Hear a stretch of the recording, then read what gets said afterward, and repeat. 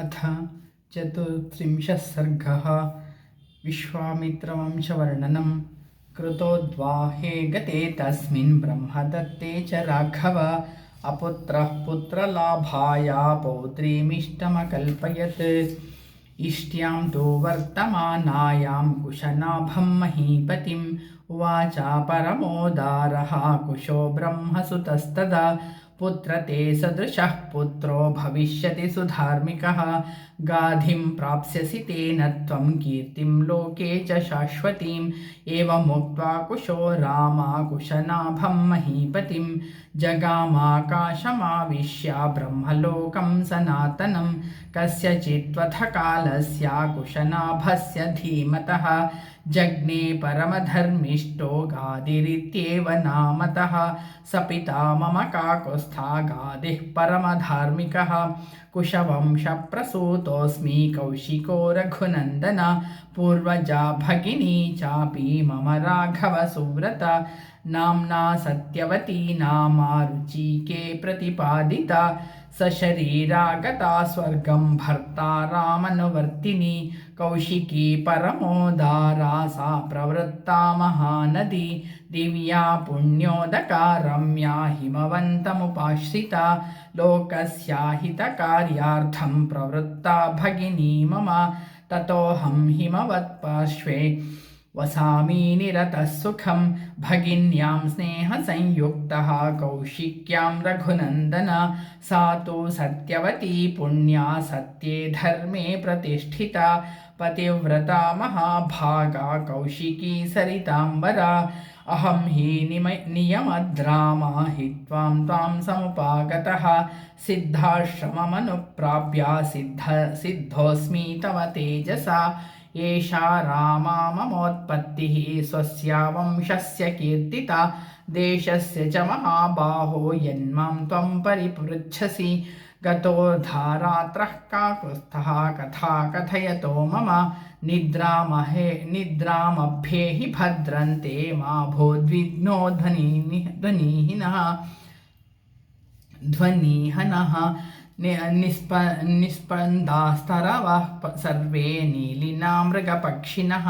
नैषेना तमसा व्याप्ता दिशश्च रघुनन्दन शनैर्वियुज्यते सन्ध्या नभो नेत्रैरिवावृतं नक्षत्रतारागहनं ज्योतिर्भिरवभासते उत्तिष्ठति च शीतांशुः लोकतमोनुदः ह्लादयन् प्राणिनां लोके मनांसि प्रभया स्वया नैषानि सर्वभूतानि प्रचरन्ति ततस्ततः यक्षराक्षससङ्घाश्च रौद्राश्चापि शिताशनाः एवमुक्त्वा महातेजा विररामा महामुनिः साधु साध्विति तं सर्वे मुनयो ह्यभ्यपूजयन् कुशिकानामयं वंशो महान् धर्मपरः सदा ब्रह्मोपमा महात्मानः कुशवंशा नरोत्तमाः विशेषेण भवानेव विश्वामित्रो महायशाः कौशिकी च सरिच्छ्रेष्ठा कुलोद्योतकरी तव इति तैर्मुनिशार्दूलैः प्रशस्तः कुशिकात्मजः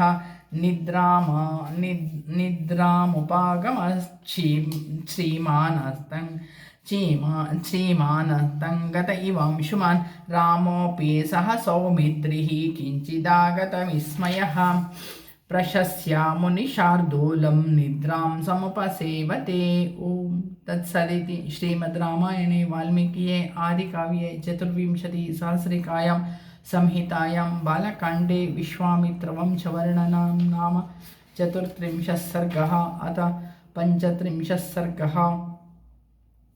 उमागङ्गावृत्तान्तसङ्क्षेपः।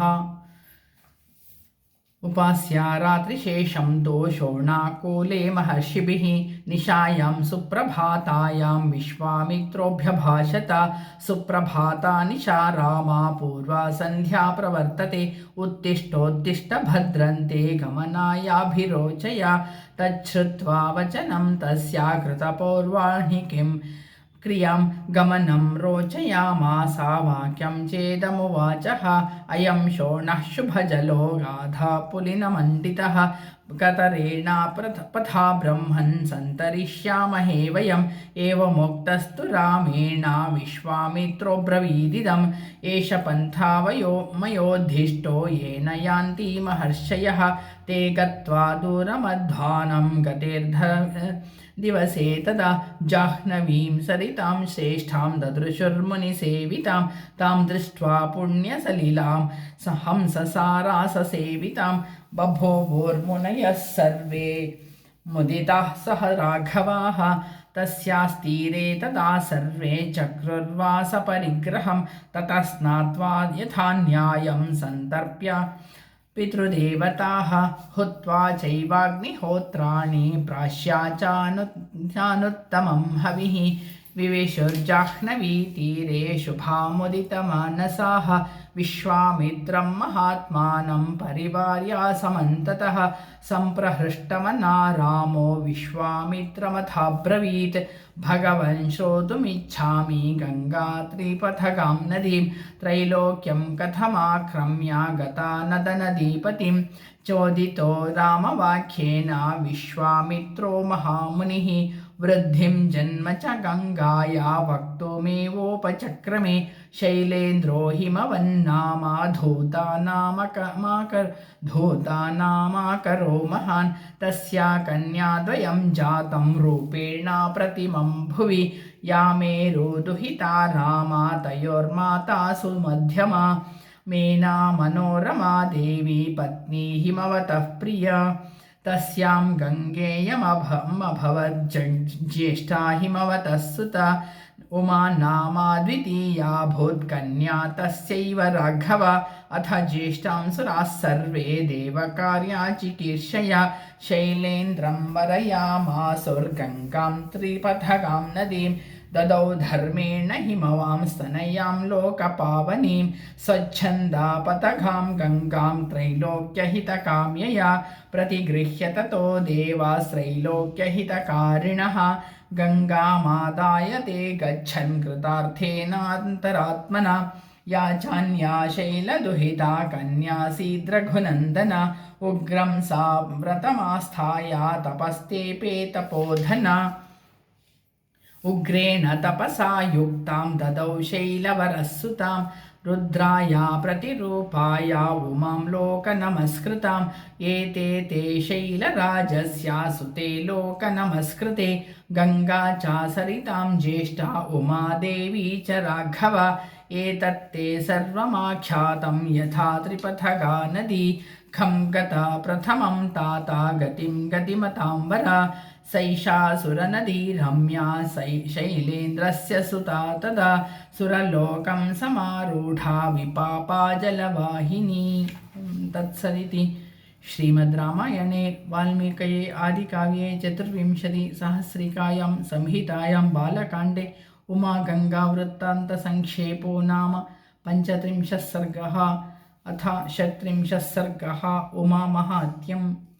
उक्तवाक्ये मुनौ तस्मिन्नुभौ राघवलक्ष्मणौ प्रतिनन्द्य कथां वीरामोचतुर्मुनिपुङ्गवं धर्मयुक्तमिदं ब्रह्मन् कथितं परमं त्वया दुहितोश्चैलराजस्य ज्येष्ठाया वक्तुमर्हसि विस्तरं विस्तरग्नोऽसि दिव्यमानुषसम्भवं त्रीन्पथो हेतुनाकेन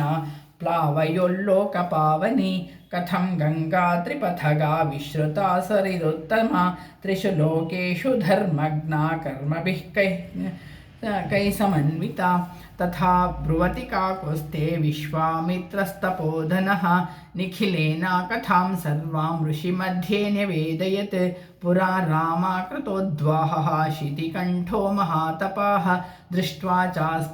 स्पृहया देवीं मैथुनायोपचक्रमे तस्या सङ्क्रीडमानस्य महादेवस्य धीमतः शितिकण्ठस्य देवस्य दिव्यं वर्षशतं गतं न चापि तनयो रामा तस्यामासीत् परन्तप ततो देवा समुद्विग्नाः पितामहपुरोगमाः यदि होत्पद्यते भूतं कस्तत्प्रतिसहिष्यते अभिगम्य सुराः सर्वे प्रणिपत्येदमब्रुवन् देवदेव महादेवा लोकस्यास्याहिते रता सुराणां प्रणिपातेन प्रसादं कर्तुमर्हसि न लोका धारयिष्यन्ति तव तेजःसुरोत्तम ब्राह्मणां तपसा युक्तो देव्या सह तपश्चर त्रैलोक्यहितकामार्थं तेजस्तेजसि धारय रक्ष सर्वाणि मान् लोकान्नालोकं कर्तुमर्हसि देवतानां च श्रुत्वा सर्वलोकमहेश्वरः बाढमित्यब्रवीत् सर्वान् पुनश्चेदमुवाचः धारयिष्याम्यहं तेजस्तेजस्येव सहोमय त्रिदशाः पृथिवी चैव निर्वाणामधिगच्छतु यदिदं क्षुभितं स्थानं मम तेजोह्यनुत्तमं धारयिष्यति कस्तन्मे ब्रुवन्तु सुरसत्तमाः एवमुक्तास्ततो देवाः प्रत्योचुर्वृषभध्वजं यत्तेजः क्षुभितं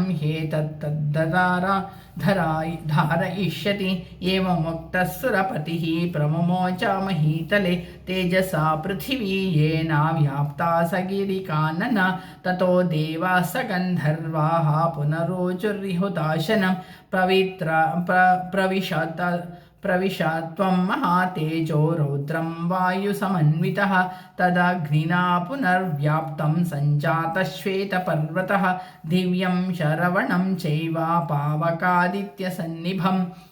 यत्र जातो महातेजाः कार्तिकेयोऽग्निसम्भवः अथो मां च शिवं चैव देवासर्षिगणस्तदा पूजयामासुरत्यर्थं सुप्रीता मनसस्ततः अथ शैलसुता रामा त्रिदशानिदमब्रवीत् अप्रियस्य कृतस्याद्या फलं प्राप्स्यथ मे सुराः इत्युक्त्वा सलिलं गृह्य पार्वती भास्करप्रभा समन्योरपशत् सर्वान् क्रोधसंरक्तलोचन यस्मान्निवारिता चाहं सङ्गता पुत्रकाम्यया अपत्यं स्वेषु दारेषु नोत्पादयितुमर्हथ अद्य प्रभृति युष्माकं प्रजाः सन्तु पत्नयः एवमुक्त्वा सुरान् सर्वान् शशापा पृथिवीमपि अवनेनैकरूपा त्वं बहुभार्या भविष्यति न च पुत्रकृतां प्रीतिं मत्क्रोधा कलुषीकृता प्राप्स्यति त्वं सुदुर्मेधे मम पुत्रमनिच्छति तान् सर्वान् व्रीडितान् दृष्ट्वा सुरान् सुरपतिस्तदा गमनायोपचक्रामादिशं वरुणपालितं स गत्वा तप आतिष्ठत् पार्श्वे तस्योत्तरे गिरेः हिमवत्प्रभवे शृङ्गे सह देव्या महेश्वरः एष ते विस्तरो रामा शैलपुत्र्या निवेदितः गङ्गायाः प्रभवं चैव शृणु मे सह लक्ष्मणः। ॐ तत्सदिति श्रीमद् रामायणे वाल्मीकये आदिकाव्ये चतुर्विंशतिसहस्रिकायां संहितायां बालकाण्डे उमामाहात्म्यं नाम 36 सर्गः।